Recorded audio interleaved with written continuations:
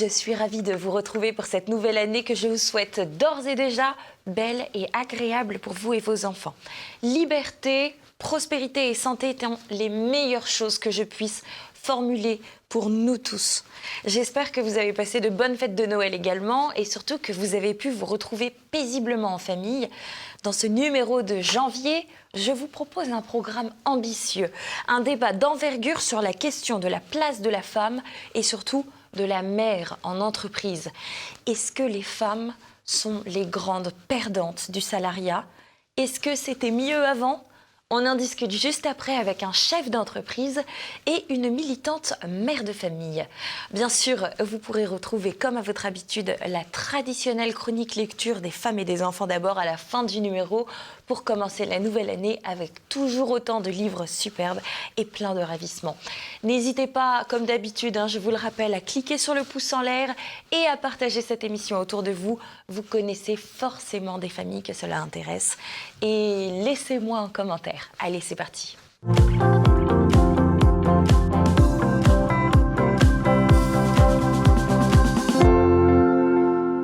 Et mon invité pour discuter avec moi de ce sujet, c'est Éric d'Outrebande. Bonjour monsieur. Bonjour.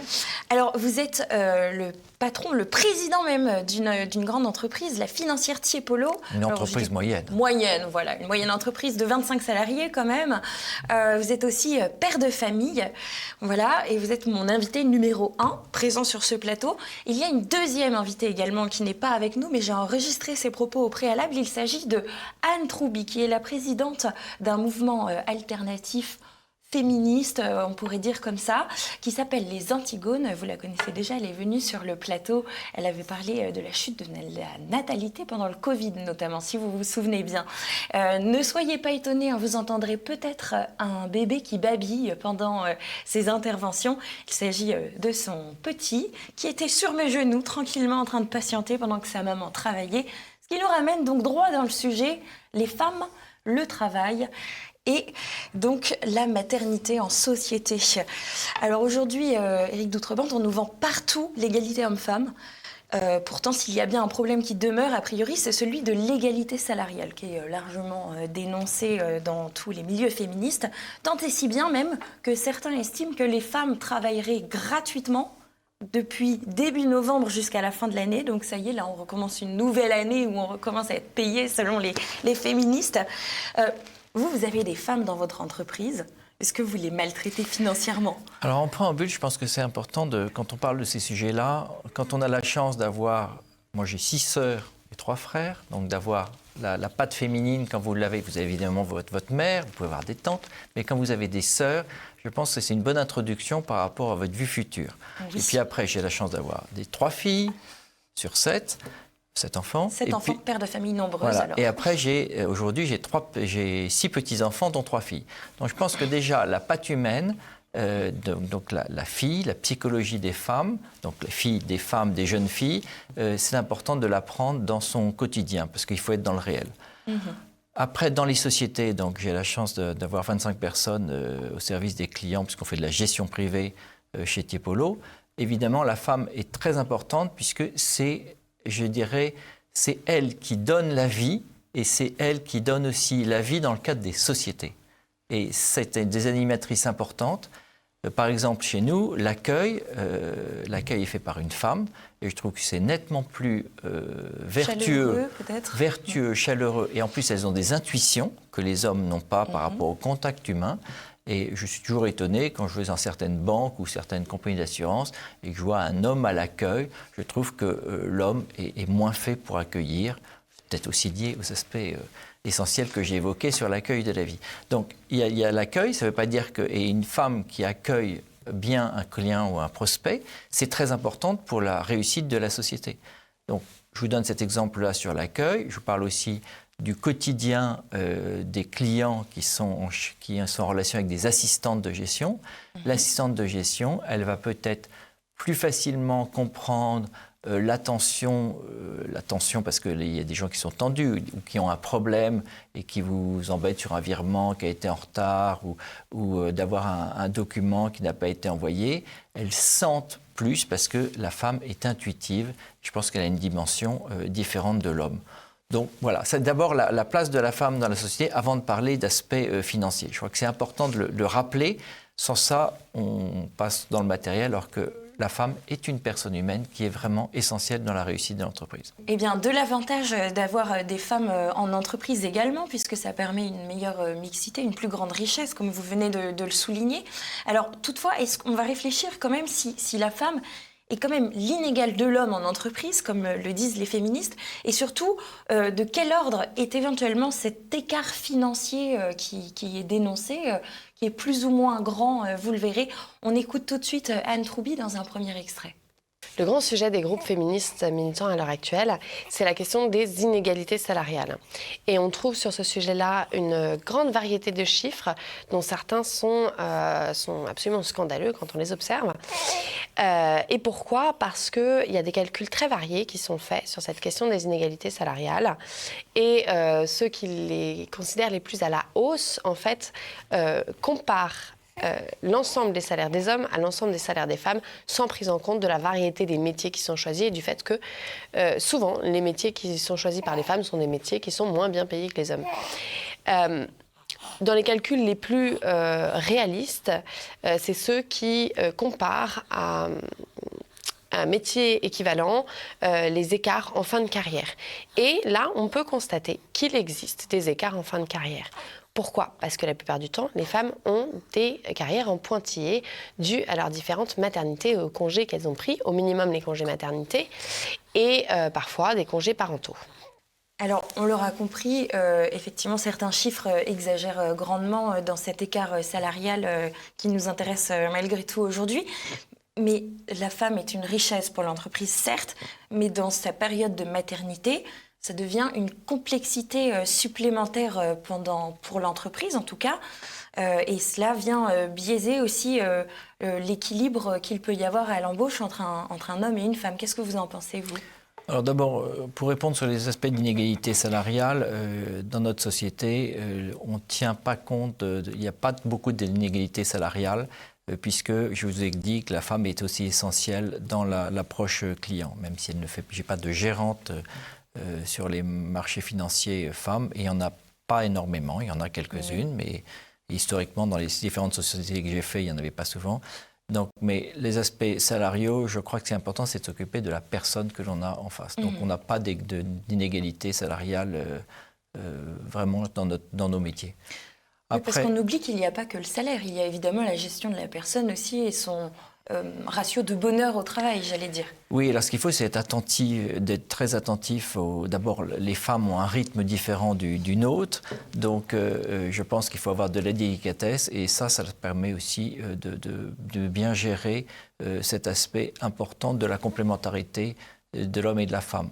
Donc, par exemple, les aspects congé maternité, quand une femme nous annonce qu'elle va enfanter, c'est une chance, c'est vraiment une valeur ajoutée aussi bien pour la société que pour l'ensemble de l'humanité. Et donc, on est très heureux de faciliter les choses. Et après, on sait très bien que personne n'est indispensable. Donc, il suffit de faire un gros travail d'équipe. Par exemple, on a beaucoup d'activités où on a des binômes chez nous. Donc, personne ne travaille dans son coin. Et donc, c'est vraiment un travail d'équipe qui permet... Si une femme, en fin de certaines périodes, tous les mois, s'il y a des périodes un peu difficiles pour elle, eh bien, il y a une compréhension et il y a vraiment un travail d'équipe qui permet vraiment de faire en sorte que la femme est privilégiée, entre guillemets, par rapport à l'homme, puisque la constitution est différente. Alors, toutefois, il existe quand même dans certaines entreprises de vraies discriminations à l'embauche. Moi, je me souviens même dans mon entourage proche d'une amie qui avait eu l'honnêteté de dire qu'elle était enceinte lors d'un entretien d'embauche. Alors évidemment, personne ne l'a rappelé, spoiler. Et puis, il y a aussi les jeunes femmes, en fait, dont on sait qu'elles vont avoir des enfants. Est-ce que vous comprenez ces patrons qui ne veulent pas gérer ces histoires de congés maternité, de congés parentaux ? Alors, je crois d'abord que ça dépend de la taille de l'entreprise. Plus l'entreprise est importante, plus il peut y avoir de la flexibilité, de la souplesse et aussi des moyens financiers. C'est sûr qu'une petite PME, Si par exemple vous êtes un boulanger et que vous employez une caissière qui est très importante chez un boulanger, parce que c'est... Là aussi, accueil client. Voilà, accueil client, plus les aspects aussi financiers, puisque c'est essentiel. Eh bien, évidemment, si vous voulez être caissière chez un boulanger où il y a 5 personnes et que vous dites je commence à être enceinte et je suis enceinte et dans 3 mois ou dans 4 mois, je ne serai plus là, ça pose un problème. Alors que si vous êtes dans une grosse entreprise, normalement, ça ne devrait pas poser de problème puisque on gère aussi bien des gens qui sont absents, des gens qui ont des deuils, des gens qui ont des problèmes avec des enfants. Donc, moi, je crois que ça ne devrait pas du tout être, pour les sociétés moyennes ou grosses, ça ne devrait pas être un problème. Après, c'est un problème de solidarité et de lié au projet de civilisation qu'on a. Donc, si on a une civilisation qui veut mourir et qui, avec une démographie baissante, on ne s'en occupe pas. Et malheureusement, je pense que certains de nos gouvernants qui n'ont pas la chance d'avoir des enfants ne peuvent pas comprendre ce qui se passe au réel dans la totalité de beaucoup de ménages où ils ont cette chance d'avoir des enfants. Donc, de ne pas gérer des enfants, je pense que ça joue quand même sur beaucoup de réformes qui pourraient être faites ou si vous n'êtes pas sensibilisé à ça. Bien sûr. Alors justement, je vous propose d'écouter tout de suite Anne, à nouveau, Anne Troubi, sur cette question de la discrimination à l'embauche. Alors, il y a des discriminations réelles, et notamment à l'embauche. Pourquoi ? Parce qu'effectivement, lorsqu'une femme entre sur le marché du travail, elle est généralement dans sa vingtaine, dans sa trentaine, dans sa vingtaine, et elle est en âge d'avoir, à la fois socialement et physiologiquement, des enfants. Donc, dès l'embauche, lorsqu'il y a libre négociation des salaires, cette libre négociation est biaisée par le fait qu'il y ait la potentialité pour cette femme d'être mère. L'écart se creuse ensuite avec des interruptions effectives qui accompagnent la maternité. Et c'est une réalité que dans certaines entreprises, les femmes sont pénalisées par ces maternités. Mais pourquoi ? Parce qu'elles sont victimes d'un calcul aussi rationnel des coûts, dans la mesure où leur congé coûte à l'entreprise, tant en termes de financiers, de charges financières, de trésorerie, qu'en termes d'organisation du travail. Parce qu'effectivement, si une salariée n'est pas là, il faut la remplacer. Le grand scandale, à notre sens, c'est le fait que ces congés soient à la charge donc, des femmes et des entreprises et non pas à la charge de l'État. Parce qu'on a un petit peu oublié dans la société actuelle qu'avoir des enfants, ce n'est pas juste le désir égoïste d'un couple, c'est une nécessité pour que la société se renouvelle. Si personne ne fait d'enfants, demain, il n'y a plus de petits Français. Ou alors, évidemment, on les remplace par des vagues migratoires massives. Mais pour qu'il y ait un renouvellement des générations, il faut des bébés de toute façon. Et oui, des bébés de toute façon, c'est nécessaire. Et puis nous, on adore ça sur le plateau des femmes et des enfants d'abord. Alors effectivement, on vient d'aborder un point qui me paraît crucial, Éric Doutrebente, c'est cette question du poids des congés qui pèsent finalement sur les entreprises, parfois même beaucoup sur les petites entreprises, comme vous veniez de le dire, et qui pourraient être gérés un peu différemment par l'État. Toutefois, moi je sais que dans votre entreprise, vous avez une gestion qui est personnelle, qui est la vôtre, des femmes, des enfants, de la communauté familiale que comportent les employés. Donc, les femmes sont importantes, vous l'avez dit, dans l'accueil, dans la gestion de la boutique au quotidien, c'est très important, mais c'est aussi important par rapport à l'âme de la société. Puisque dès qu'il y a un événement, par exemple un anniversaire qu'on fait, on ne fait pas les anniversaires tous les ans, mais par exemple les dizaines, on fait les dizaines chez nous, qui a cette intention-là, qui prépare la petite carte, qui fait tourner l'enveloppe, c'est toujours les femmes, parce qu'elles ont vraiment cette volonté du don et dans leur nature le don. Donc il y a ces aspects d'organisation d'anniversaire, il y a aussi quand les gens se marient, quand il y a des enfants, et à chaque fois, souvent, c'est vraiment essentiel, ce sont des femmes qui sont moteurs. Une chose qu'on ne fait plus malheureusement, parce que j'ai mes enfants qui ont vieilli, et c'est l'arbre de Noël, mais je pense que c'est une erreur de ne pas avoir continué pour les plus jeunes. Alors, les plus jeunes auraient pu se motiver, mais bon, voilà. Mais c'est d'abord le chef d'entreprise. Et c'est le chef d'entreprise qui est responsable, ce n'est pas les autres. C'est vraiment important.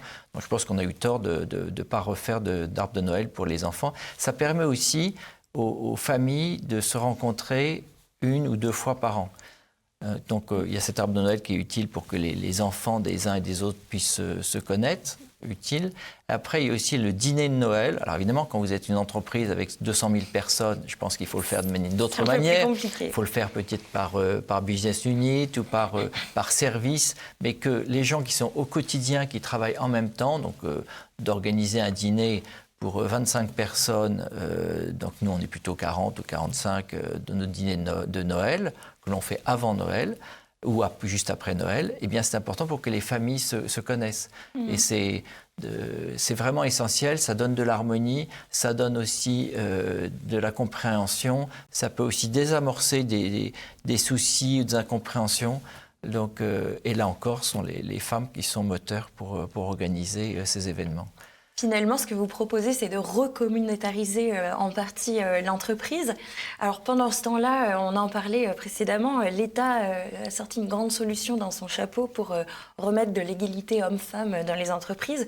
Il propose un congé paternité. Alors pour l'instant, on n'en voit que les prémices avec le rallongement du congé paternité, mais on le sait, Macron travaille sur les 1000 premiers jours de l'enfant, donc sans doute très prochainement quelque chose arrivera avec les pères. Est-ce que vous pensez que c'est bien sérieux tout ça, un congé paternité? Est-ce que ça solutionne tous les problèmes? Je crois que ça dépend d'abord des organisations familiales. Il y a aujourd'hui des ménages où quand les deux travaillent, la femme peut avoir un job plus important que le mari, bon, ce qui doit poser quelques petits problèmes de déséquilibre dans le couple, me semble-t-il. Mais bon, il y a toujours des exceptions à ce genre de propos. Après, je crois qu'il faut être pragmatique et surtout pas être dogmatique. Donc, d'être dogmatique en disant il faut imposer, par exemple, la moitié, 50%, par exemple, dans les conseils d'administration où ils ont fait un travail important sur ce sujet-là. Moi, j'avais des sociétés qui nous disaient mais si vous connaissez une femme qui pourrait rentrer dans le conseil d'administration, ça serait utile. Donc, tout le monde a galopé derrière cela. Alors, aujourd'hui, ça a avancé, il y a des choses qui sont des bienfaits, mais il ne faut surtout pas avoir ces aspects de parité. Tout que c'est assez drôle de parler de parité homme-femme, alors qu'aujourd'hui, on est bouffé par la théorie du gender. Il y a des choses très contradictoires. Moi, je ne comprends rien. On s'arrêter sur le sujet. Alors, il y a une certaine vision de la famille et de fait d'avoir des enfants qui consiste à dire qu'aujourd'hui c'est un choix qu'il faut assumer. Ah bah oui, bah tu l'as voulu ton enfant. On écoute Anne Troubi à ce sujet, puis après j'aimerais bien que vous réagissiez. À l'heure actuelle, on considère que le fait d'avoir un enfant avec la pilule, avec l'avortement, est un choix. Grosso modo, aujourd'hui, on fait un choix, on en assume les conséquences. C'est-à-dire que les femmes, comme les hommes, n'ont plus le droit de se plaindre de leurs enfants, même en cercle restreint, même si ce n'est pas forcément des choses qu'on dit sur la place publique, et ils n'ont pas le droit de dire que ça se passe mal dans l'entreprise à cause de leur grossesse ou de leurs enfants, parce que tu as fait des gosses, t'assumes. Mais c'est beaucoup plus compliqué que ça. Déjà, d'une part, on l'a déjà dit, le renouvellement des générations, c'est quelque chose qui est bénéfique à la société entière. Mais de surcroît, il y a aussi des choses qui sont indépendantes de la volonté des parents, comme par exemple le fait de devoir pallier 3 mois de carence pour l'ouverture de la crèche en septembre, en posant un maximum de congés, etc. La conséquence de ça, c'est qu'il y a assez peu finalement de parents qui prennent le congé parental alors que beaucoup le voudraient, et aussi parce qu'il est très mal rémunéré. C'est un coût trop important en termes financiers, et ça va être un coût au sein de l'entreprise, en fait. Parce que, aussi, quand ces congés sont posés, par exemple, au dernier moment, et que ça va gêner la bonne marche de l'entreprise.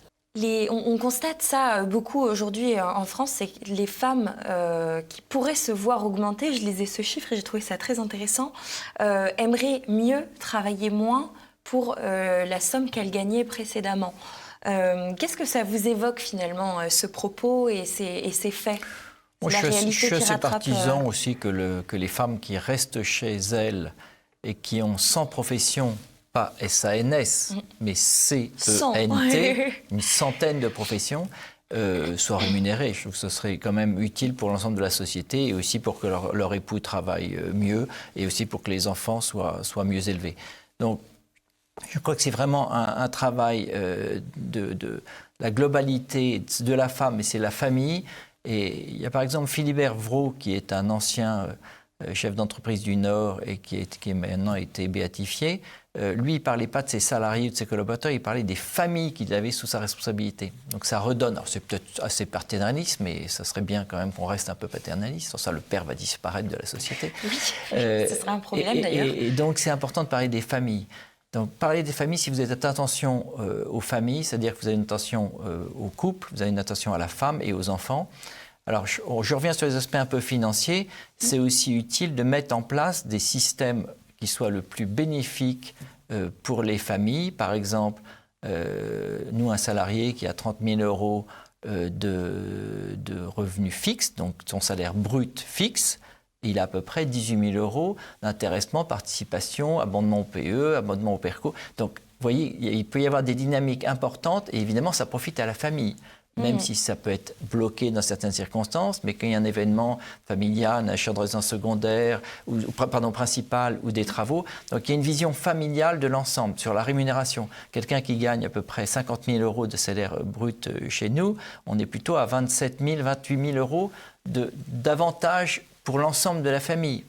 Alors évidemment, c'est très différent quand vous êtes célibataire que quand vous avez une famille, mais je crois que c'est assez important, c'est tenir compte de la famille. Et on a mis aussi en place des petites choses qui sont simples, mais que la loi propose de faire. Mais il y a beaucoup de sociétés, des grandes qui pourraient le faire et qui ne le font pas, des moyennes qui pourraient le faire. Par exemple, on a des chèques vacances qui sont pas ridicules. Chèque voyage, c'est à peu près 500 euros payés 250 par le salarié chez nous. Le chèque cadeau, c'est 180 euros payés par la société. Cette année, exceptionnellement, c'était de 250. Le chèque culture, c'est 300 euros. Les tickets restaurants, vous êtes au maximum. Il y a des entreprises qui ne sont pas au maximum. Donc, nous, on est à 10. Et après, même pour que les gens fassent du sport, mais là, ils ne font plus rien puisque la bonne santé aujourd'hui, c'est de ne rien faire. Je blague un peu, mais on est quand même assez coincé. Eh bien, nous, on paye à peu près 60% de l'abonnement de sport. Et quand c'est fait, à peu près 600 euros par an. Donc, tous ces avantages-là, c'est lié pour la femme, pour le bien-être des enfants et pour le bien-être de la famille. Je crois qu'il faut avoir une véritable politique familiale, sociale, dans le cadre de l'entreprise. Et voilà, je pense que c'est vraiment une des réponses.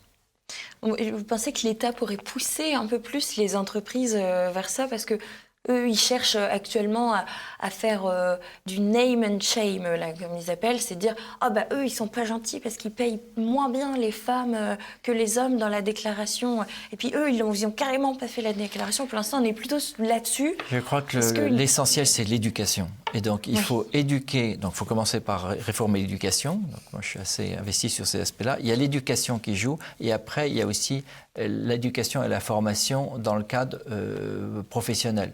Donc, si on le faisait dans le cadre des associations professionnelles et qu'on poussait les chefs d'entreprise à faire des choses vertueuses pour les familles, ça serait nettement plus bénéfique que d'essayer de contrôler les gens qui sont en télétravail ou pas, ou tout ce qui se passe actuellement, évidemment, qui est motivé par le Covid, mais on se demande s'il n'y a pas autre chose que le Covid. Oui.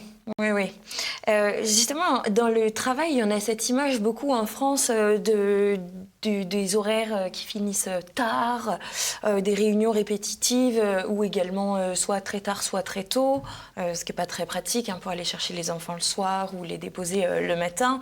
Des cadres aussi qui tombent en burn-out ou du moins en surcharge de travail quand on parle en français. Est-ce que vous pensez qu'il y a peut-être aussi un culte de l'entreprise toxique aujourd'hui? Même si on l'a compris, a priori, dans votre entreprise, ça se passe plutôt bien. Je pense que, par exemple, pour les horaires, ça dépend d'abord des métiers. On ne peut pas comparer l'organisation d'une boulangerie à l'organisation d'une société financière de gestion privée comme la mienne ou par rapport à quelqu'un qui gère des bus et des transports. Donc, il faut vraiment faire des choses qui soient particulières, adaptées au réel. Et après, moi, ça ne me gêne pas d'entendre, alors c'est pas comme ça chez nous, mais quelqu'un qui a des enfants et qui dit « moi, je suis à son boss », comme je l'ai entendu récemment dans une entreprise de travaux publics, une assistante, elle est indisponible entre 4h30 et 19h30. Bon, après, le chef d'entreprise, il sait, Alors évidemment, la conséquence, c'est que après avoir couché ses enfants et compagnie, elle se remet à travailler 1 heure, 1 heure et demie. Si ça lui va, c'est son rythme, eh bien, elle peut envoyer ses mails. Moi, ça dépend des métiers et ça dépend aussi de la fonction. Moi, je suis assez anti-travail continu. Donc moi, je n'aime pas recevoir un mail. Je ne veux pas que mes salariés renvoient des mails le samedi et le dimanche, surtout le dimanche, mais même le samedi, parce que je pense qu'il faut être dans un cadre. Et si vous polluez la vie du client en lui renvoyant un truc le samedi, c'est-à-dire que le client se dit mais vous travaillez le samedi, il peut y avoir des exceptions, il y a toujours des exceptions. Mais la règle, c'est d'être... Et après, pour privilégier, il y a le temps de la famille, il y a le temps des enfants, il y a aussi le temps du travail. Après, il y a des aménagements possibles suivant les circonstances. Je crois que c'est la souplesse qui permet aux entreprises de réussir, mais la souplesse, je dirais, organisée par rapport au bon sens et le réel. Eh bien, écoutez, je pense qu'on restera là-dessus. Merci beaucoup, Éric d'Outreborn, d'avoir accepté notre invitation et d'être venu sur le plateau des femmes et des enfants d'abord. Quant à nous, on ne se quitte pas tout de suite. Juste après, il y a les chroniques lecture avec Anne-Laure et Valérie. Elles vous ont fait une belle sélection encore ce mois-ci pour bien débuter l'année en lecture avec vos enfants.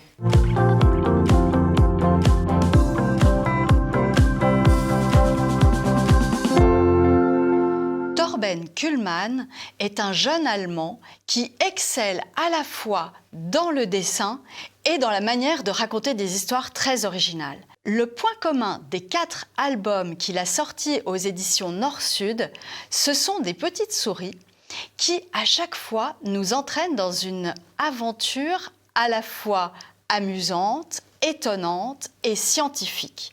Cette fois-ci, avec Edison, nous partons dans les fonds sous-marins à la recherche d'une épave qui contient le secret de l'ampoule. Avec cette petite souris et son vieux professeur, nous allons partir en scaphandre et essayer de retrouver des parchemins anciens. À la fin de ce très très bel album, le lecteur peut découvrir la véritable histoire de l'invention de l'ampoule par Edison. Très intéressant, très bien fait, et je recommande aussi vraiment chaleureusement toute la collection avec Lindbergh, Einstein et Armstrong. Vraiment une belle réussite aux éditions Nord-Sud pour tous à partir de 6, 7, 8 ans. Mais bien plus tard aussi, j'ai vu des personnes beaucoup plus âgées se passionner pour cette série de très très beaux albums.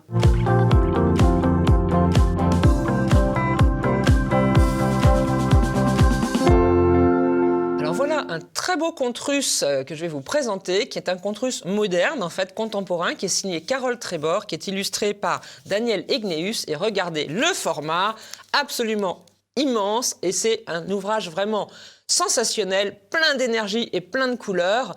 Alors, quel est ce conte russe moderne? En fait, c'est une petite fille qui habite Maroussia, donc celle qui sauva la forêt, qui habite dans la forêt avec sa grand-mère, et elle a évidemment une isba avec des sculptures en bois, etc. Et dans la forêt, elle va porter des petites offrandes aux divinités locales, qui sont des divinités de la mythologie slave. Et bien heureusement, parce qu'un jour arrivent des cavaliers qui disent que la maison va être rasée, le village va être rasé pour faire passer le transsibérien. Ah, panique, évidemment, on ne va pas détruire la forêt, on ne va pas détruire le village de Maroussia. Que va-t-il se passer? Je vous laisse le découvrir. Mais on va avoir une série de coïncidences, d'événements qui vont se passer. C'est-à-dire que Maroussia va pouvoir nourrir le grand loup qui protège la forêt, mais elle va aussi retrouver dans le creux d'un arbre un petit garçon qui pleure toutes les larmes de son corps parce qu'il s'est perdu. Et ce petit garçon, c'est le fils du gouverneur. En échange du petit garçon qu'elle va rendre à son papa, eh bien, elle obtient que son village soit sauvé. Donc ça, c'est vraiment très sympathique comme livre. Les illustrations sont immenses, elles sont pleines de couleurs, elles sont un peu effrayantes aussi. Regardez ce grand loup, personnage noir qui fait peur à Maroussia la nuit.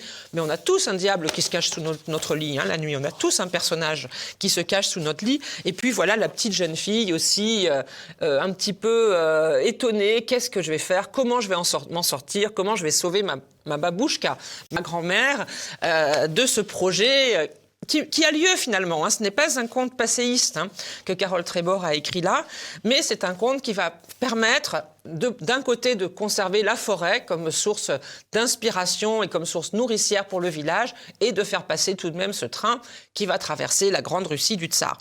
Donc voilà cet album très très beau. Donc Carole Trébor a vécu en Russie, elle a aussi écrit pour les adolescents une trilogie, Nina Volkovitch, il y a quelques années. C'est une trilogie assez passionnante pour les adolescents. Cet album, moi, je le conseille plutôt aux enfants un peu grands quand même, 6 ou 7 ans, et surtout leur lire à haute voix. On peut aussi le lire dans les classes ou dans les groupes d'enfants parce que les images sont très, très grandes et le texte est très aéré. Donc, c'est techniquement une belle réussite. L'éditeur, c'est Little Urban.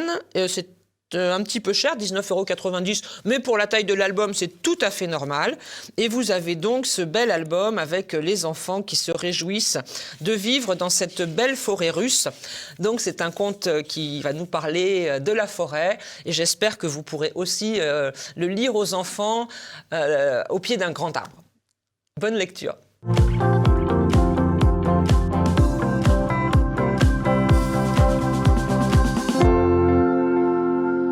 Et voilà, c'est la fin de cette émission. N'hésitez pas à la partager autour de vous. N'oubliez pas de cliquer sur le fameux pouce en l'air. Et on se retrouve le premier mercredi de février. D'ici là, plein de bonnes choses pour vous et à très vite sur TV Liberté.